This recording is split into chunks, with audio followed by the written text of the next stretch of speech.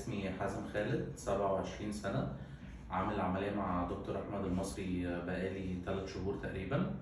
قبل العملية وزني كان 185، نزلت حوالي 47 كيلو في خلال ال3 شهور دول. الحمد لله. الميزة هنا عند دكتور أحمد إن أنا حاسس إن أنا بخس بصحة أكتر. مفيش تعب. العملية كنت أنا أصلا بخاف من الحقن مش من العمليات. العملية مفيش أي ألم.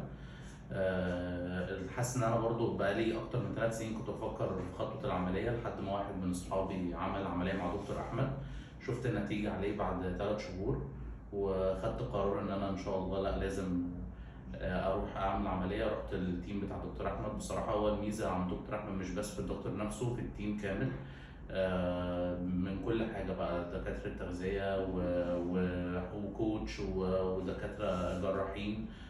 خدت سايكل كده عند دكتور احمد في العياده لحد ما قررنا ان انا هعمل العمليه بتاعه التكميم. عملت العمليه مفيش هو 3 ايام كنت واخد القرار وعملتها، والحمد لله دلوقتي فارقه معايا جدا. لبسي بقيت بلاقي لبسي في محلات عادي. النفس بقى احسن بكتير. الرياضه بقت حاجه اساسيه في يومي. فيعني بصراحه انا بنصح اي حد كان متردد انه ياخد القرار ده ان لا، يعني الموضوع ابسط مما تتخيله. والحمد لله فعلا بنخس بصحه.